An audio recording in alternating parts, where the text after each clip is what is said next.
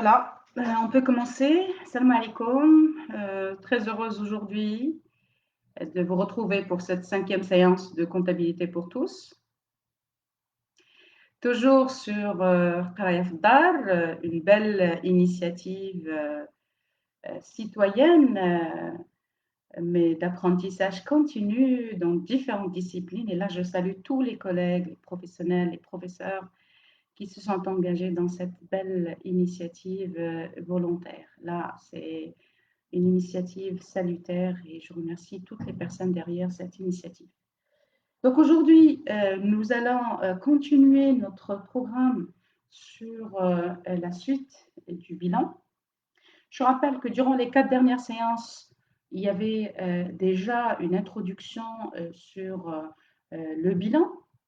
Il y avait déjà plutôt une introduction sur les fondamentaux de la comptabilité générale et notamment l'intérêt de la comptabilité générale à travers les différentes, finalement, juste un tout petit moment, j'ajuste les choses. Voilà, très bien.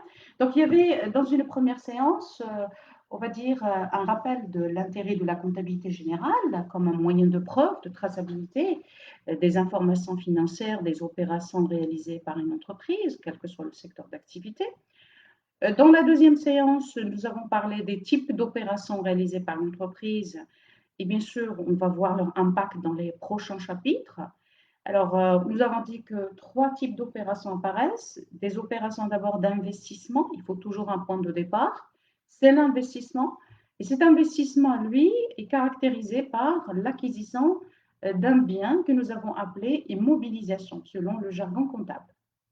Deuxième catégorie d'opérations, ce sont des opérations d'exploitation. Et les opérations d'exploitation par opposé aux opérations d'investissement ou d'immobilisation, elles sont des opérations récurrentes. C'est des opérations qui sont, d'accord, chaque jour, pratiquement chaque semaine, chaque mois, et qui vont justement réaliser l'objet d'activité de l'entreprise.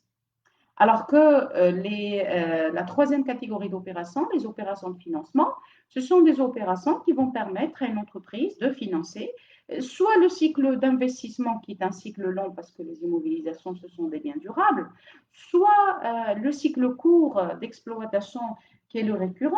De toutes les façons, des opérations de financement, ce sont des opérations qui vont permettre à l'entreprise, voilà, j'espère que tout est bon pour le live. Très bien, voilà. Donc, des opérations d'exploitation qui vont permettre, plutôt les opérations de financement qui vont permettre de financer le cycle d'exploitation et ainsi de suite. Alors, par la suite, nous avons parlé de la notion de bilan comme étant le premier document comptable, parce que le système comptable d'une entreprise est basé sur un certain nombre d'opérations comptables qui vont permettre à la fin d'une année qu'on appelle exercice comptable d'obtenir des documents comptables appelés états de synthèse. Alors, remarquez que j'essaie toujours de banaliser les concepts parce que c'est un cours destiné aux personnes qui désirent s'initier. Donc, on y va doucement, c'est une pédagogie progressive qui permettent de comprendre les notions de base, puis on avancera dans un niveau de difficulté jusqu'à atteindre des opérations, on va dire, globales. Donc, des opérations relatives à, on avait dit, qui vont permettre de générer des états de synthèse. Ces états de synthèse sont composés principalement du bilan et du CPC. Nous avons attaqué la dernière séance la notion de bilan. Alors, nous avons dit que le bilan représente l'image fidèle du patrimoine d'une entreprise à un moment donné. Et que ce bilan, il doit être daté parce que c'est une image fidèle. Ça veut dire que je peux établir un bilan tous les jours, toutes les semaines, tous les mois, tous les trimestres, tous les semestres et bien sûr toutes les années. Mais on verra par la suite que ce bilan, il a quand même un sens et une valeur, surtout sur le plan légal, et notamment vis-à-vis du fisc, là, parce qu'il faut déclarer ce que vous possédez comme patrimoine et ce que vous avez généré comme résultat.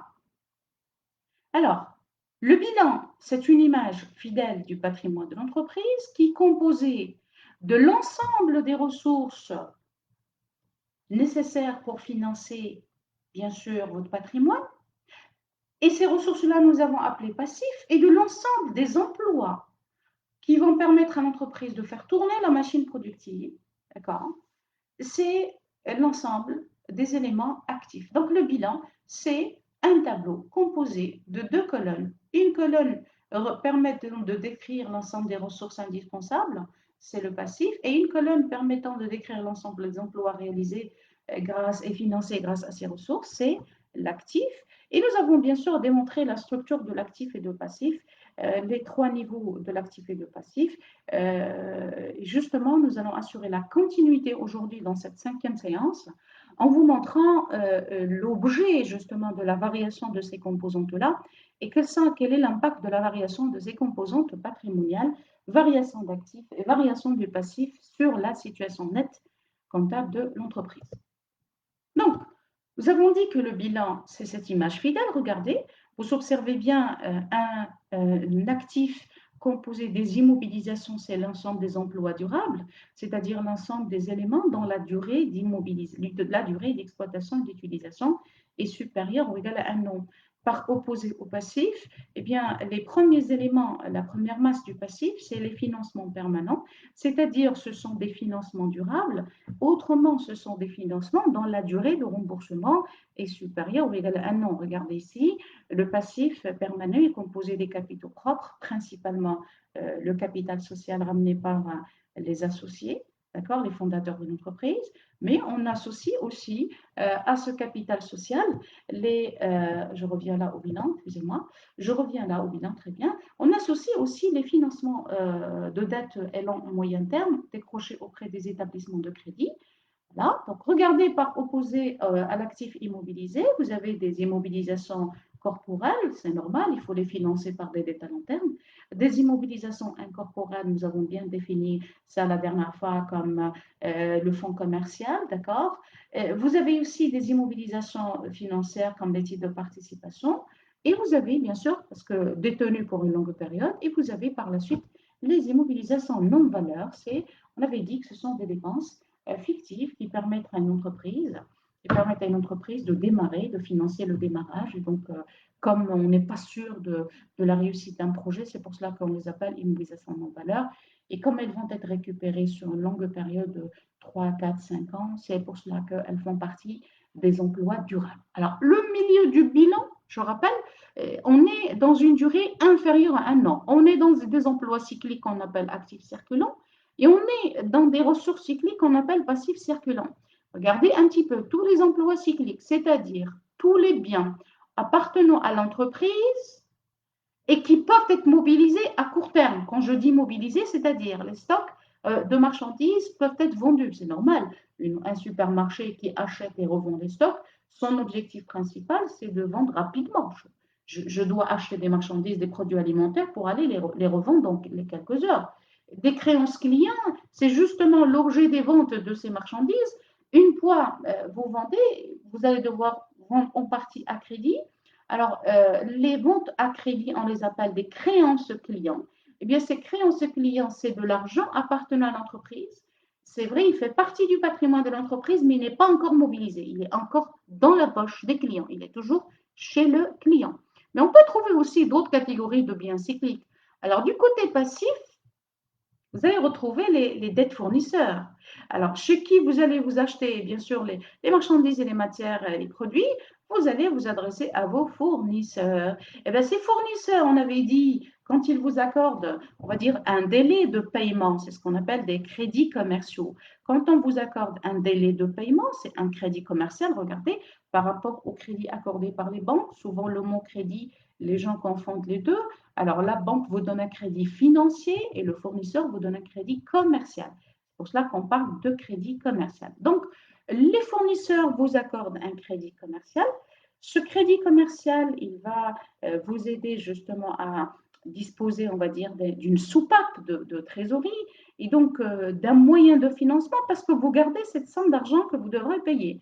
Et quand vous gardez cette somme pendant une période d'un mois, 2 semaines, 3 mois, eh bien, vous allez pouvoir disposer quand même d'un petit matelas de trésorerie qui va vous aider à financer les dépenses urgentes en attendant les délais de paiement deadline fixés par les fournisseurs.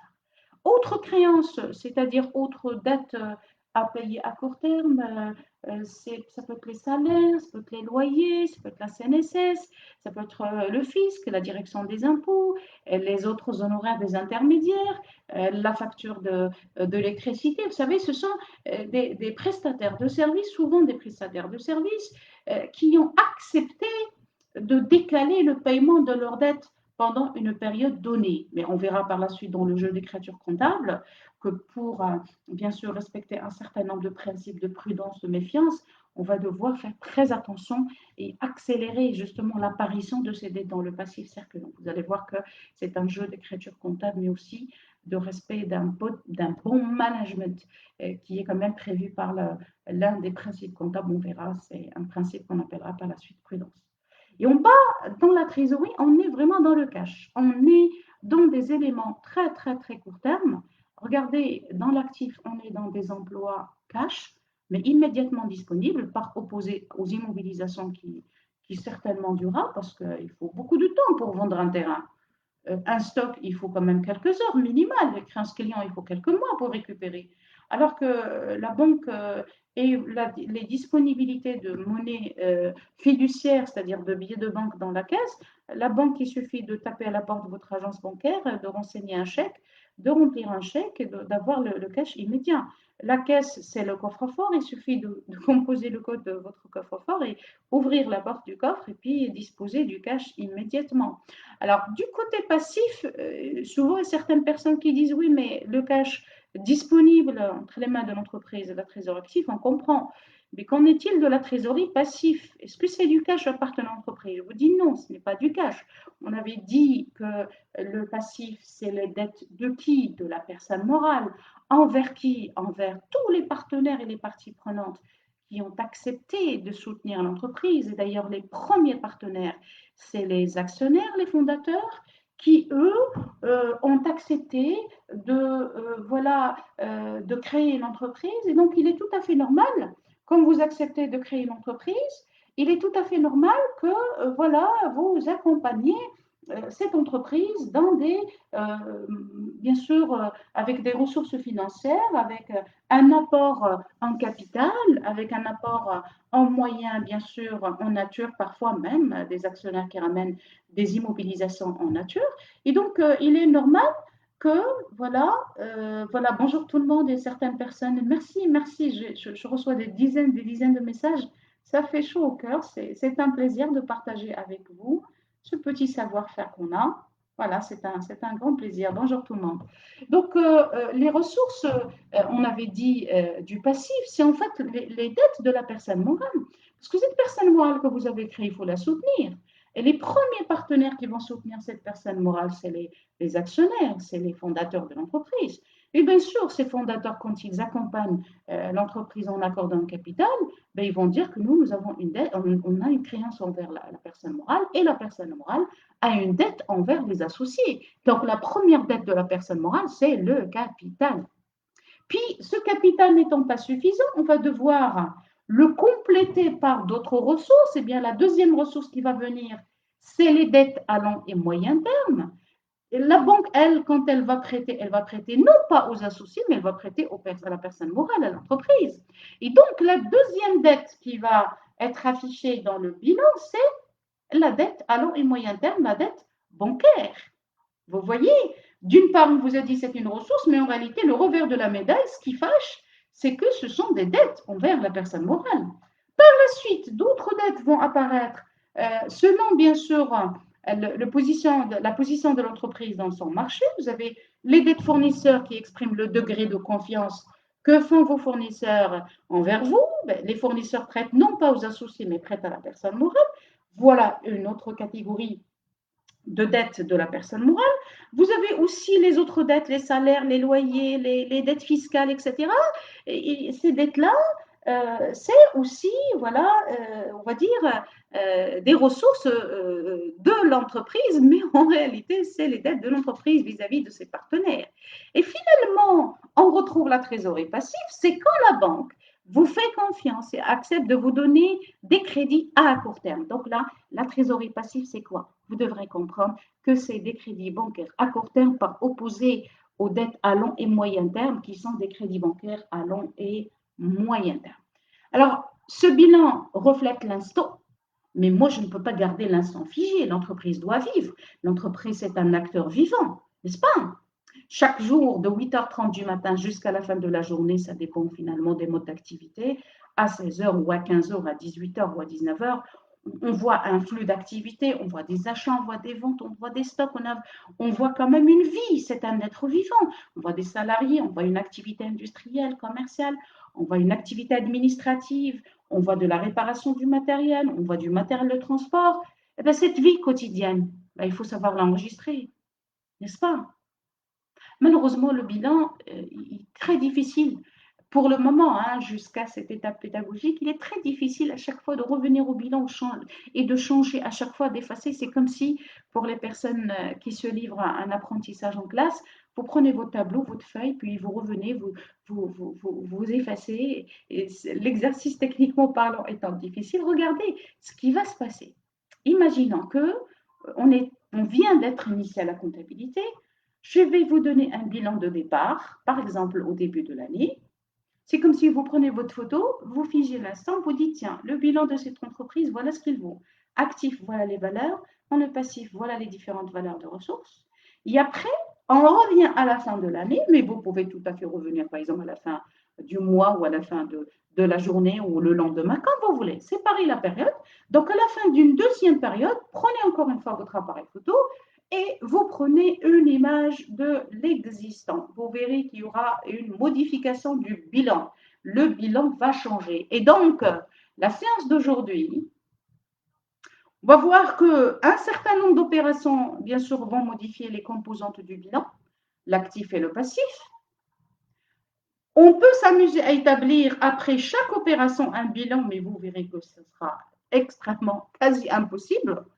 Heureusement que les systèmes d'information aujourd'hui, mais mon Dieu, que la technologie, elle nous a été d'un grand point d'accompagnement en société, c'est extraordinaire. Vous imaginez, les systèmes d'information, les logiciels de comptabilité, non seulement vous permettent de faire un arrêté comptable mensuel ou trimestriel, et bien sûr obligatoirement annuel, mais vous avez la possibilité maintenant de faire un arrêté chaque jour. Et vous pouvez même faire un arrêté après chaque opération. Le développement technologique a été franchement au grand service des directeurs financiers des sociétés. Alors, on va voir que ces opérations qui vont changer la composition finalement ou les montants à l'intérieur du bilan, vous allez voir qu'elles vont entraîner soit une appréciation de la richesse par rapport aux dettes, puisque nous avons dit que le bilan de départ est toujours équilibré, mais avec des opérations, on verra à un moment donné qu'il y aura un décalage entre l'actif et le passif. Soit que l'actif sera supérieur au passif, dans ce cas, nous allons dire que la richesse possédée par l'entreprise, elle est plus élevée que l'ensemble des dettes. Et nous avons dit que le passif, c'est les dettes. Ne l'oublie jamais. Hein. Alors, soit que l'actif, malheureusement, est inférieur au passif, donc ce que vous possédez comme richesse est inférieur, d'accord, à ce que vous avez comme dette à payer, dans ce cas, on va faire apparaître une perte.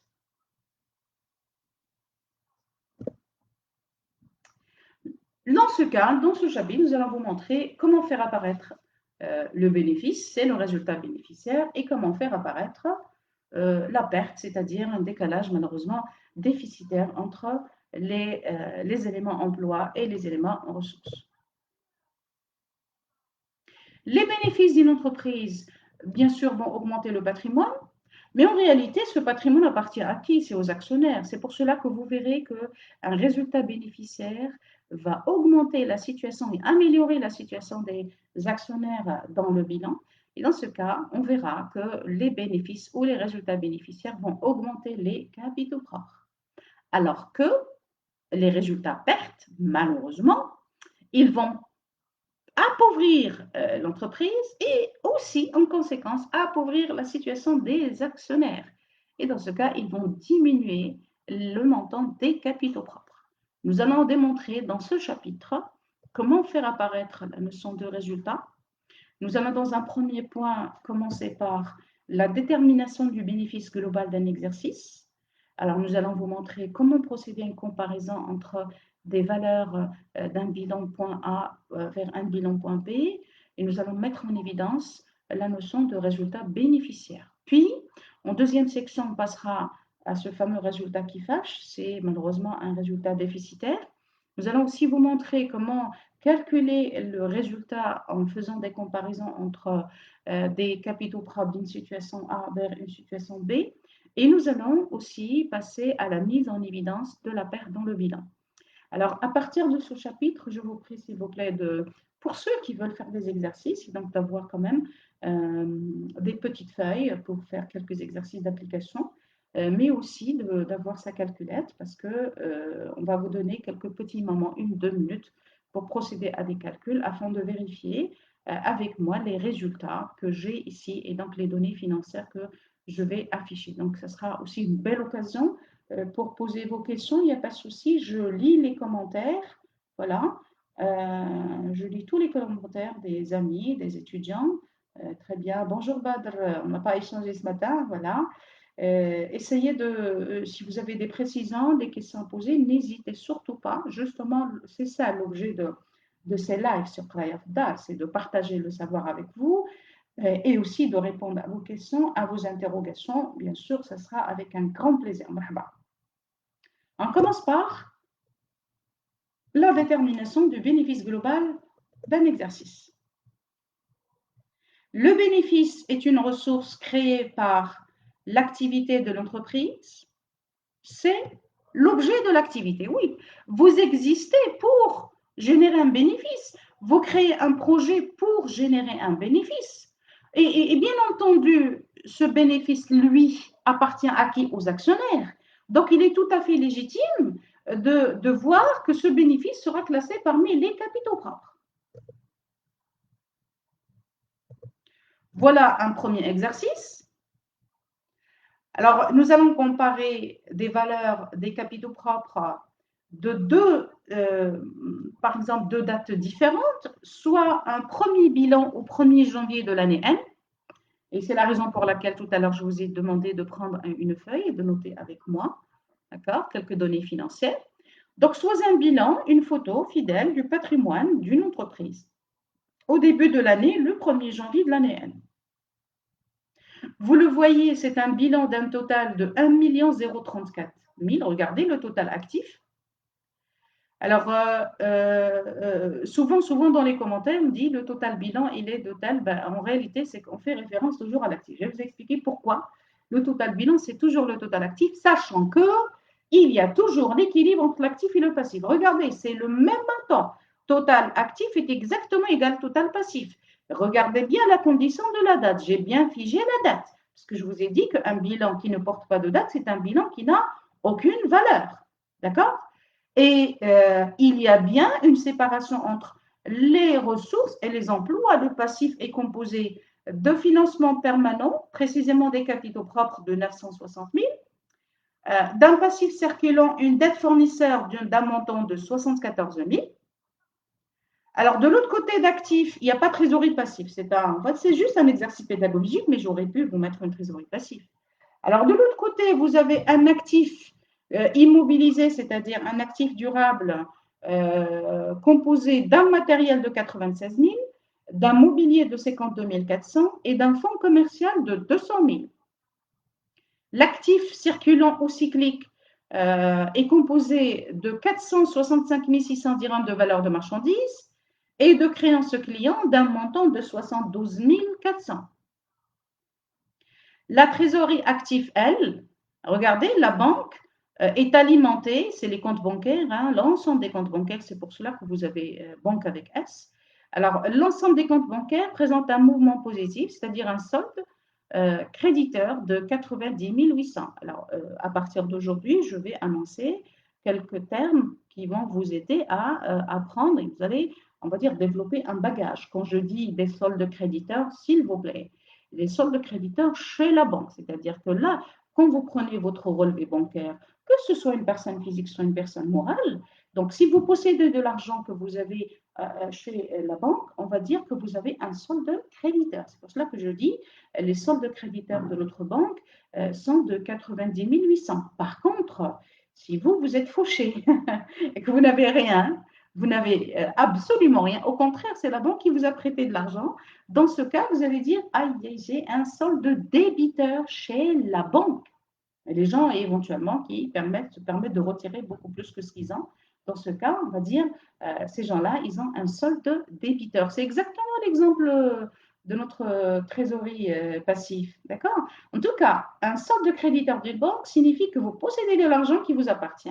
Ici, dans le cas de notre société, on a un montant de 90 800. La caisse, elle est alimentée, c'est de l'argent. Vous comptez bien les billets de banque. Hein. Vous avez dans le coffre-fort de l'entreprise un montant de 56 800. Bref, le total me donne bien un montant de 1 300 000. Cette photo prise me donne ses valeurs. J'attends quand même une période. Au 31 décembre, regardez ce que je retrouve. Au 31 décembre, je prends mon appareil photo et je prends la photo de la date du 31 décembre. Regardez ce que je trouve. Les capitaux propres sont d'un montant de 1 074 000. Alors qu'avant, on avait des capitaux propres d'un montant de 960 000. Vous vous rappelez? La dette fournisseur, elle était de combien? Elle était de 74 000. Alors que maintenant, elle a augmenté. Elle est de 86 200. Vous savez, les dettes fournisseurs, ou généralement, quand on vous prête, on vous fait confiance. C'est un signal, c'est un clignotant d'une bonne position commerciale sur le marché, comme quoi vous êtes solvable, vous êtes liquide, et donc on peut vous faire confiance et on va vous prêter, on va vous donner des délais de paiement. C'est bien, c'est un bon signal. Ça veut dire que l'entreprise, elle se positionne bien auprès de ses partenaires. Alors, le matériel qui était de 96 000, il passe à 104 600. Le mobilier, je reviens encore une fois, il était de 52 000, il n'a pas changé. Le fonds commercial, il était de 200 000 non plus, il n'a pas changé.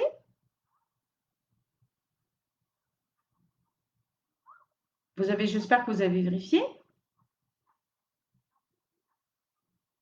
Les marchandises, elles portaient quelle valeur les marchandises? Vérifiez s'il vous plaît les valeurs. Le stock des marchandises portait quelle valeur? Vous vérifiez? Eh bien, le stock de marchandises portait une valeur de 465 000. Ça veut dire quoi? Ça veut dire ce stock à la fin de l'année, il a baissé. Donc, cette baisse exprime, qu'est-ce qu'elle explique? Elle explique que l'entreprise a vendu. Et c'est ce qui va aussi justifier la hausse de la créance client. Regardez, on avait des créances clients de 72 400, alors que maintenant, on est à 102 000. Là, l'entreprise a dû vendre, mais elle n'a pas vendu tout cash. Elle a vendu une partie à crédit. Une partie, elle l'a vendue au comptant, et donc le terme comptant signifie immédiatement. D'accord? Une vente au comptant, c'est une vente immédiate. Et une vente à crédit stipule que vous allez faire apparaître une créance client que vous possédez sur vos clients. Et là, ces créances clients, c'est de l'argent qui vous appartient. Regardez, ces créances clients qui étaient au début de l'année de 72 000, maintenant, ils passent à 102 000. Et c'est ça ce qui pose un problème à certaines sociétés. Parce que quand vous vendez, c'est bien de vendre, mais faut-il vendre au comptant. Si vous vendez à crédit, de l'argent ne rentre pas dans la trésorerie. Et donc, je vends, je fais sortir des stocks, mais là, j'augmente juste les créances clients. La trésorerie ne suit pas. Comment je vais faire pour payer les fournisseurs du passif, les dettes sociales, les dettes fiscales, les salaires, les loyers, etc. J'aurai un sérieux problème. Donc, faites attention. Dans le bilan, en réalité, ce n'est pas qu'un simple tableau. Dans le bilan, là, vous retrouvez la politique commerciale, vous retrouvez la politique d'investissement, vous retrouvez la stratégie de financement. Essayez, s'il vous plaît, de vous détacher de cet apprentissage, malheureusement, par cœur, Et c'est ce qui me dérange, surtout quand je vois certains étudiants qui viennent, on va dire, des profils, surtout des étudiants bacheliers en sciences économiques ou techniques comptables. Malheureusement, c'est cet apprentissage par cœur qui ne leur permettent pas d'avoir un peu de recul, d'analyser, de faire parler les chiffres, de comprendre. S'il vous plaît, comprenez le sens, faites parler les chiffres. Je peux vous assurer que vous serez de très, très, très, très bons spécialistes en comptabilité si vous prenez un peu de recul, d'accord, et vous prenez quand même un peu le temps d'analyser les chiffres. Donc, prière, s'il vous plaît, de prendre quand même un peu de temps pour voilà, analyser ces informations-là et puis essayer d'interpréter ces différents éléments. Ça va vous être d'une grande utilité pour pouvoir, bien entendu, suivre le reste du programme. Alors, en bas dans la trésorerie, je vois très bien que la trésorerie initiale, elle était, je pense, au début de l'année de quelques 90 000 et quelques. Voilà, 90 800. La caisse, voilà, elle était au début de 56 800, d'accord? Alors que maintenant, on voit quand même une amélioration de la banque, c'est normal. C'est la conséquence de la vente des marchandises. Et c'est aussi une partie au comptant contre chèque, ce qui va augmenter la banque, d'accord? Et aussi, voilà, merci, c'est Abdrahim Talb. Alors, c'est un plaisir aussi, c'est un plaisir de lire aussi vos messages. Alors, et puis aussi, il y a une partie qui paye comptant. Vous savez, le paiement comptant, c'est soit contre chèque, vous allez voir la banque qui augmente, soit comptant contre billet de banque, vous allez voir la caisse, c'est le coffre-fort, le cash qui va augmenter. Alors, l'essentiel ici pour moi, ça va être d'une grande utilité de comparer justement la valeur des capitaux propres au début de l'année et la valeur des capitaux propres à la fin de l'année. Au début de l'année, vous avez remarqué que nous avons des capitaux propres de 960 000. À la fin de l'année, vous n'avez aucune notion de la notion de résultat. Et vous remarquez que ces capitaux propres sont passés à 1 74 000. Une petite comparaison entre, bien sûr, ces deux valeurs au début de l'année et à la fin de l'année. Je vois très bien que le capital a augmenté ou les capitaux propres ont augmenté. De combien? De 114 000. Cette augmentation appartient à qui? Ben, elle appartient aux actionnaires. Donc, quelque part, je dois améliorer la situation des actionnaires dans le bilan. C'est pour cela que vous verrez que la valeur totale des capitaux propres est de 114 000 dirhams. Pour le moment, je ne fais que vous montrer, on va dire, un petit benchmark. Un benchmark, c'est une comparaison. Donc, dire que je fais du benchmarking, c'est une comparaison. Donc, je compare, d'accord, le montant des capitaux propres de début de l'année avec le montant des capitaux propres de fin d'année. On remarque qu'il y a une augmentation des capitaux propres d'un montant de 114 000. C'est de la richesse de plus. Donc, les actionnaires, il faut qu'ils se frottent les mains. C'est de l'argent qui arrive, super, magnifique. Et donc, l'affaire, elle marche. Ils vont dire que nous avons dégagé quand même une valeur positive. C'est l'affaire qui marche et les bénéficiaires. Comment, dans ce cas, mettre en évidence ces bénéfices?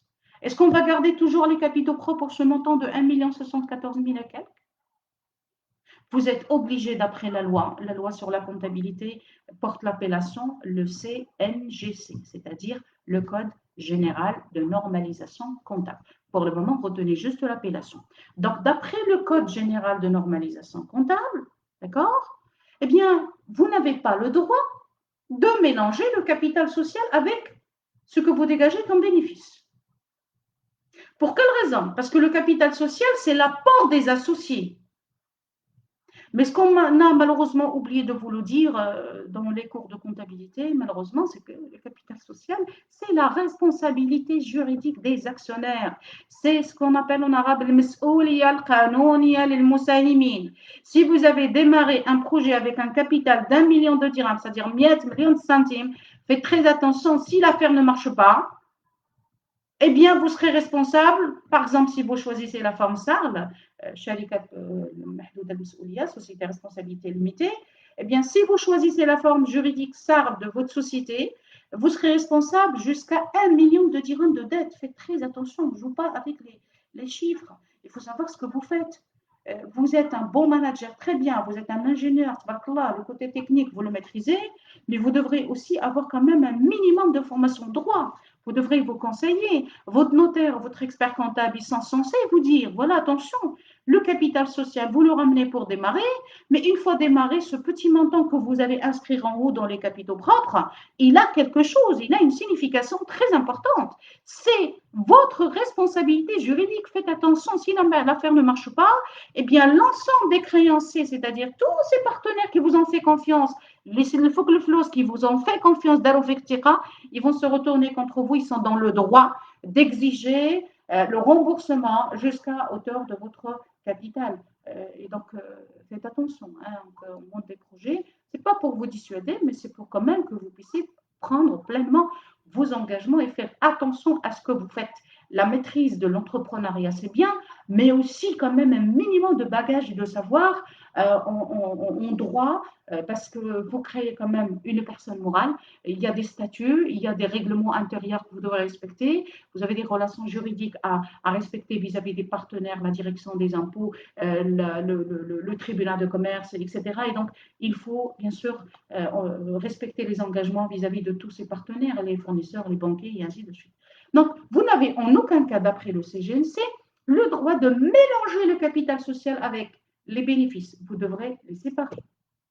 On va vous montrer, d'accord, la séparation dans un deuxième exercice. Ce sera aussi une belle occasion pour diversifier un petit peu les exercices d'application. Donc, soit une entreprise, regardez, qui démarre l'année, au début de l'année, avec un total bilan de 900 000, composé d'un matériel de 200 000, d'un mobilier de 100 000, des stocks de marchandises d'une valeur de 400 000 dirhams, des créances clients de 40 000 et de caisse.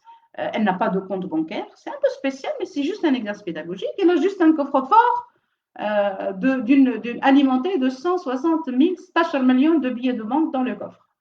Du côté passif, elle démarre l'année avec des capitaux propres de 800 000. Vous les assimilez à un capital social.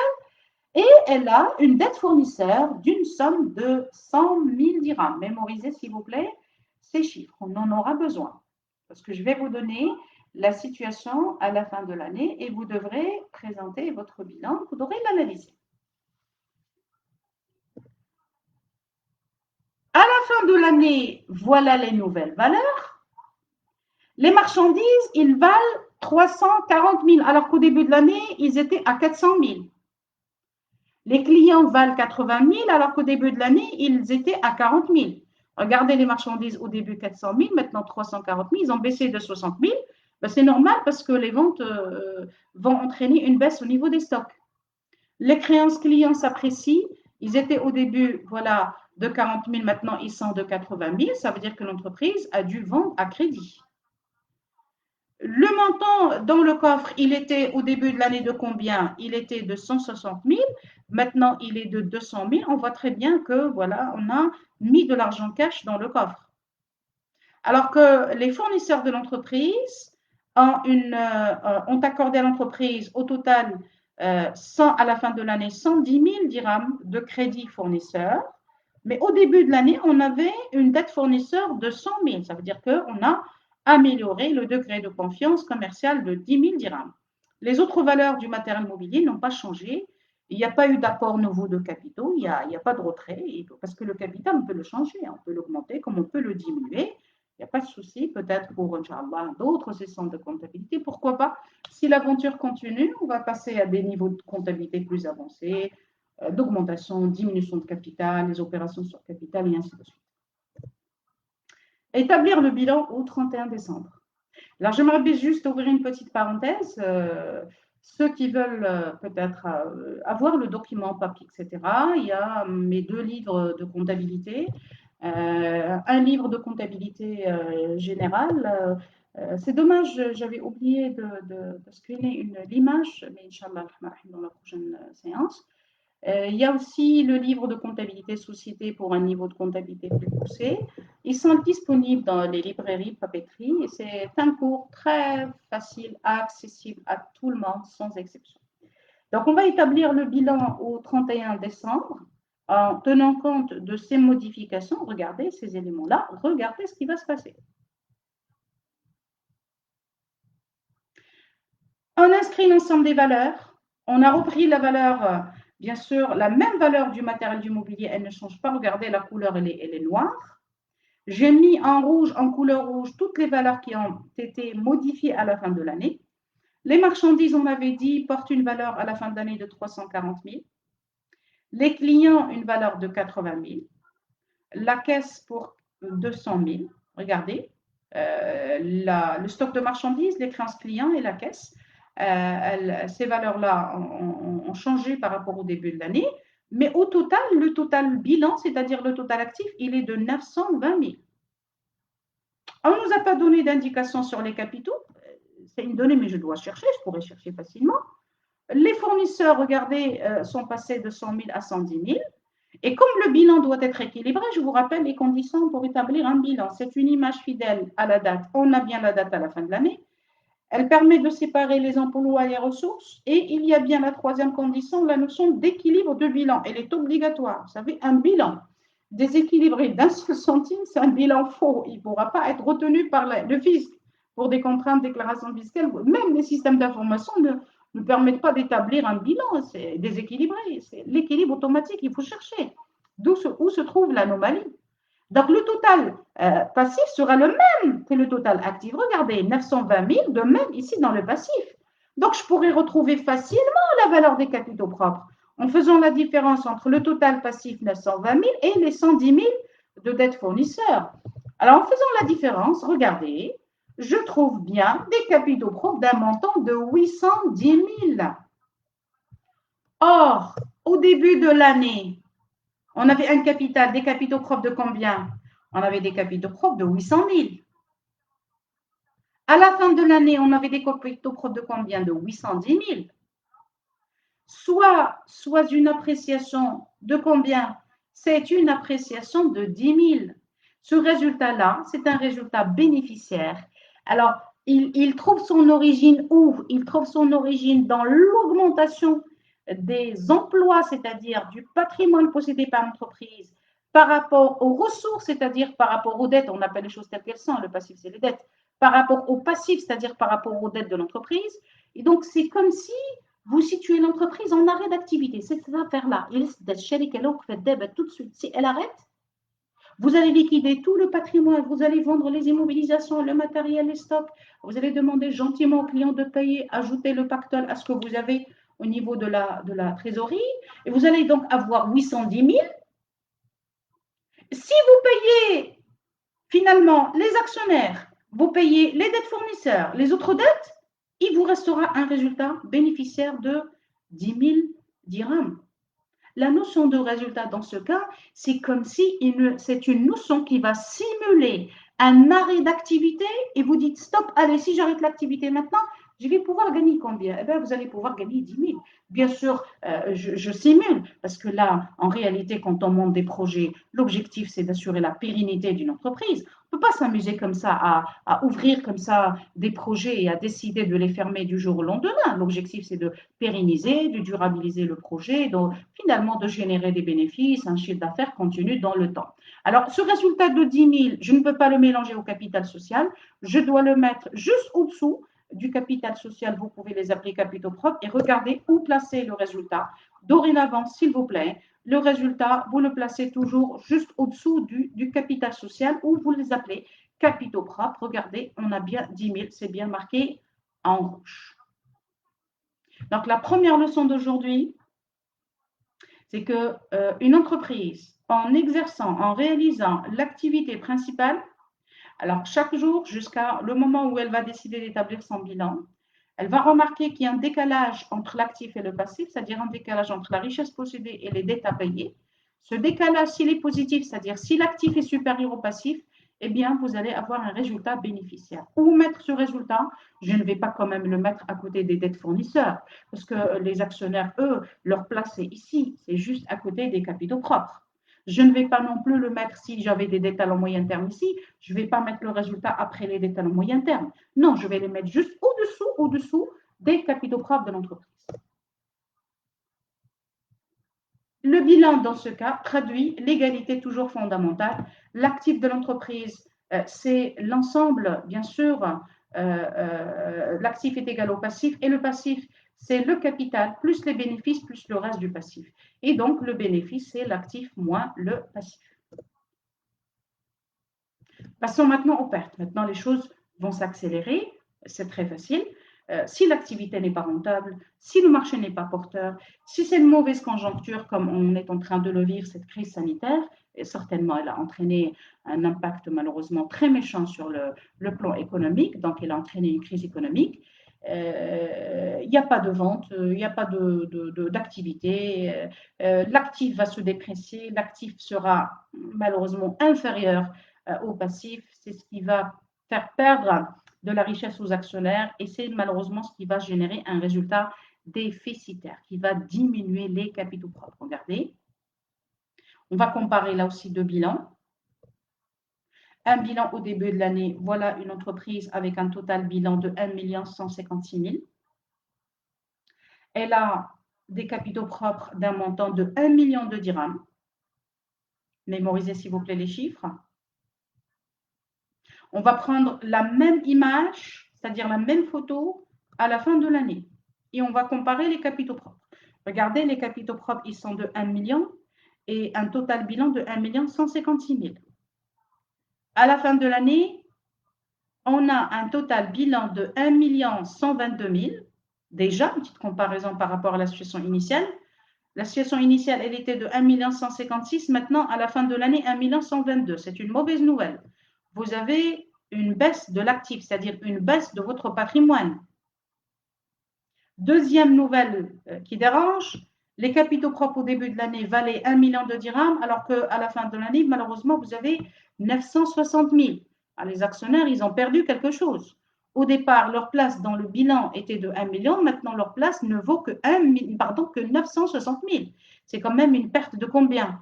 C'est facile. C'est 960 000 le montant final, moins 1 million le montant initial, donc c'est une perte de 40 000. Quand je dis déjà perte, ce n'est pas la peine de dire une perte égale à moins 40 000.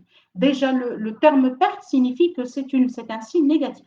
Comme ça, vous comprenez quand, par exemple, un certain commentaire, soit vos profs, soit des professionnels, quand ils vous disent une perte d'un montant de 40 000, ce n'est pas la peine de dire non, non, c'est moins 40 000. Non, déjà, la perte signifie que le signe est négatif. Et quand je dis un bénéfice, ce n'est pas la peine de dire, par exemple, un bénéfice de 160 000, c'est de plus 160 000, le signe positif étant déjà intégré dans le mot bénéfice. Essayons dans ce cas, regardez, la perte elle est de 40 000, il faut donc la mettre en valeur, cette perte de 40 000. Elle va se trouver où? Vous allez voir que c'est la même place tout à l'heure du résultat bénéficiaire. Voilà. Alors, on va mettre en évidence, excusez-moi, le bilan, la perte dans le bilan, soit aussi un autre bilan, c'est aussi un autre exercice avec un total de 420 000, total bilan, composé de mobilier de 60 000, de marchandises de 310 000 et de montants, fonds en caisse de 50 000. Alors, les capitaux propres de départ sont de 400 000 et les dettes fournisseurs de 20 000. Vous pouvez toujours prendre une feuille pour rédiger justement et noter les éléments essentiels. D'accord? Alors, on va vous donner la situation à la fin de l'année.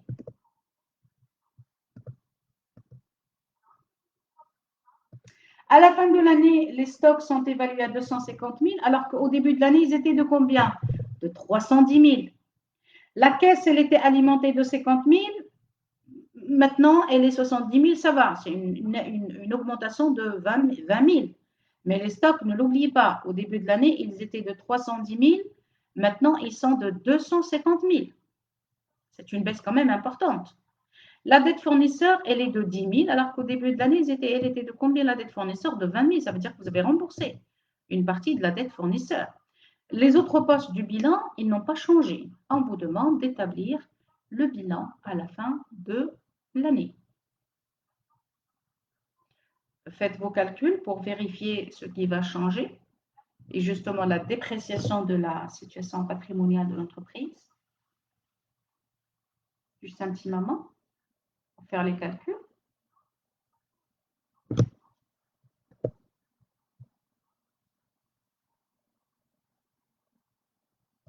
Alors, vous avez fait vos calculs, regardez. Le bilan à la fin de l'année, en rouge, c'est toutes les valeurs qui changent. Le mobilier n'a pas changé, il a gardé sa valeur 60 000. Les marchandises pour un montant de 250 000, alors qu'au début de l'année, ils étaient de 310 000. La caisse, elle était de 50 000, elle augmente de 70 000, mais malheureusement, le bilan, il a chuté.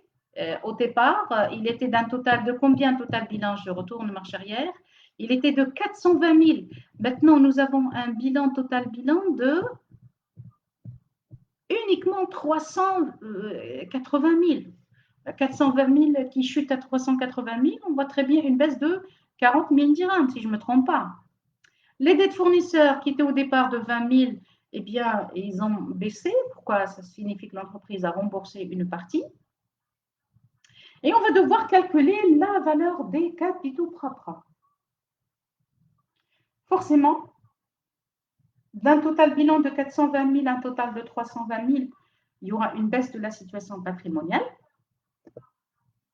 Regardez, la différence entre l'actif et le passif. On avait un total actif de, si vous cumulez 60 000, 250 000, 70 000, moins la valeur de la dette fournisseur, donc les capitaux propres sont de 370 000. Alors qu'au début de l'année, les capitaux propres, ils étaient de 40 000 dirhams. Pardon, 400 000 dirhams. Les 400 000 dirhams ont chuté à 370 000, ce qui va provoquer, d'accord, une baisse patrimoniale. Donc, c'est une perte de 30 000. Alors, tout à l'heure, quand j'avais dit que le bilan était d'un total de 420 000 qu'il a chuté à 380 000, donc la situation patrimoniale au total a chuté de 40 000. Et parce que les dettes fournisseurs, vous les avez remboursées partiellement de 10 000, donc c'est normal que votre baisse de patrimoine, elle a été légèrement amortie grâce au remboursement d'une partie de la dette. C'est ce qui fait que votre perte sèche, elle est uniquement de 30 000 au lieu de 40 000 dirhams. Bien, cette perte de 30 000, il faut la montrer à l'intérieur du bilan, d'accord? Alors, pour le moment, tant qu'on n'a pas encore vu la notion de solde de compte, etc., vous avez la possibilité de montrer la perte avec un signe négatif sans problème. Il n'y a aucun souci. Mettez le signe de la perte avec moins, d'accord? Et voilà, quand j'affiche le bilan à la fin de l'année, en faisant bien sûr soin de séparer, prenant soin de séparer le capital social ou les capitaux propres qui ne changent pas. Vous direz, madame, allez, le montant total des capitaux propres, il a chuté à la fin de l'année 370 000. Donc, il faut que je mette quelque part le capital avec 370 000. Non, le capital ou l'apport des associés, eux, ils n'ont pas changé. Qu'est-ce qui a changé? C'est la situation nette des actionnaires. Ils ne possèdent plus 300, plutôt les 400 000 sur la société. Ils possèdent uniquement 370 000. Et donc, la valeur du capital social, qui, elle, tout à l'heure, je vous ai dit, elle exprime la responsabilité juridique des actionnaires. Cette situation nette, elle, doit bien séparer la valeur du capital social qui ne bouge pas, sauf si vous décidez de l'augmenter ou de le baisser. Là, on est dans un chapitre qui ne concerne pas la variation du bilan, du capital. On est dans un chapitre uniquement pour faire apparaître la notion de résultat. Et donc, c'est tout à fait normal que je dois bien distinguer le capital social qui ne change pas. Je vais le faire apparaître pour sa valeur de 400 000, de la valeur de la perte, elle, regardez, c'est le résultat. Et je vais mettre entre parenthèses perte pour des raisons pédagogiques, juste pour vous simplifier pour le moment, d'accord? Alors, et le résultat va figurer pour une valeur de moins 30 000 dirhams. Pour le moment, je vous ai dit, on va utiliser le signe arithmétique, d'accord? Et par la suite, quand on va passer au solde, je vais vous montrer comment enlever ce signe arithmétique de votre, bien sûr, bilan comptable. Regardez la comparaison entre la situation nette au début de l'année et à la fin de l'année. Au début de l'année, on avait dit, on avait un total de 400, total bilan de 420 000. Malheureusement, à la fin de l'année, on a un total bilan de 380 000, une baisse quand même notable de 40 000 dirhams, mais qui est amortie par la baisse, le remboursement d'une fraction de la dette fournisseur. Les dettes fournisseurs ont été de 20 000 dirhams au début de l'année. À la fin de l'année, ils chutent à 10 000. Tant mieux, on a remboursé une partie des dettes, mais malheureusement, nous gardons toujours la valeur du résultat, un résultat déficitaire de 30 000 dirhams. Si vous comparez 380 000 moins 400 000 moins 10 000, vous allez avoir moins 30 000 dirhams. Voilà, sur ce, je viens de finir donc cette 5e séance, cette séance de comptabilité générale. On se donnera, Inch'Allah, rendez-vous la semaine prochaine avec la notion de compte. C'est-à-dire que là, le fait d'attendre la fin de l'année pour comparer toujours des situations entre le début de l'année et la fin de l'année, c'est une opération qui va malheureusement poser un sérieux problème. Vous ne pourrez pas toujours croiser les bras en attendant la fin de l'année pour pouvoir prendre votre photo et puis essayer de comparer, de faire des variations, c'est impossible. Pédagogiquement parlant, on peut se livrer à cet exercice en classe ou peut-être dans une classe virtuelle, il n'y a aucun souci. Mais réellement, il faut enregistrer les opérations quotidiennes parce qu'on a besoin de faire des vérifications, on a besoin de faire des contrôles, on a besoin de classer les factures. Donc, le service comptabilité ne doit pas attendre la fin de l'année. C'est une folie d'attendre la fin de l'année pour enregistrer des milliers de factures. Il faut que le service de comptabilité générale ou le service financier suive ces opérations au quotidien. C'est-à-dire, il faut que la loi comptable dote le système de comptabilité de l'entreprise d'un outil lui facilitant la tâche de l'enregistrement quotidien. Et c'est normal dans ce cas que je dois éclater chaque composante du bilan, ce fameux bilan sur lequel nous avons travaillé durant les 2 dernières séances, nous allons éclater chaque composante du bilan en un petit document comptable qu'on appellera le compte. C'est-à-dire que là, je pourrai, sur la base des comptes, enregistrer tous les mouvements du mois de janvier au mois de décembre, établir les soldes quand je veux, reporter ces soldes-là au bilan et donc établir un bilan quand je veux. Avec les systèmes d'information, vous pouvez même établir un bilan après chaque opération. Ça, c'est extraordinaire. Vous imaginez un bilan après chaque opération, mais c'est magnifique. C'est vrai que ça n'a pas de sens, un bilan après chaque opération, mais au moins un bilan mensuel, c'est bien. Ça va vous faire quand même faciliter la tâche en matière d'arrêté annuel. Et comme ça, toutes les vérifications, les anomalies vont être corrigées mois par mois. Et c'est grâce justement à quoi? Grâce à ce deuxième document comptable, le compte, et justement nous allons voir la semaine prochaine, elle est très très importante la séance la semaine prochaine, on est en train de regarder, d'évoluer dans l'apprentissage, on est en train d'ajouter des choses, on est en train de compléter le tableau de système comptable de l'entreprise avec des documents comptables au fur et à mesure, comme ça va aider les personnes à suivre avec moi le cours de comptabilité et donc à suivre la progression pédagogique du cours de comptabilité. Et vous comprendrez maintenant ces différentes variations du bilan et ce fameux résultat, justement, comment l'enregistrer, comment montrer un résultat au fur et à mesure. Qu'est-ce qui pourrait expliquer la notion de résultat? Est-ce que toutes les opérations réalisées par une entreprise, est-ce qu'elles créent un résultat? Il y a des opérations, on verra, qui génèrent un résultat. Il y a des opérations qui ne génèrent pas de résultat. Vous allez voir, il y aura un impact sur le fonctionnement des comptes d'actifs, sur le fonctionnement des comptes de passifs. Je vais vous montrer un jeu très simple qui va vous aider à mémoriser, mais d'une manière comme pas possible, le jeu de fonctionnement des comptes. Vous n'êtes même pas obligé d'apprendre par cœur. Je vous le dis encore une fois, s'il vous plaît, travaillez l'intelligence que vous avez. Ce n'est pas la peine d'apprendre par cœur. Je vous le déconseille. S'il vous plaît, comprenez encore une fois ce que vous êtes en train de faire, comprenez le sens des choses, prenez un peu de recul pour faire parler les chiffres que vous avez. Je peux vous assurer que vous serez, Inch'Allah, de très très bons financiers. Je vous souhaite, chers étudiants, chers professeurs, chers doctorants, les participants, ceux qui suivent ce cours, une excellente fin de semaine. Portez-vous bien, prenez soin de vous, et à la séance prochaine, Inch'Allah. Rendez-vous mardi prochain à la même heure. Allez, à bientôt.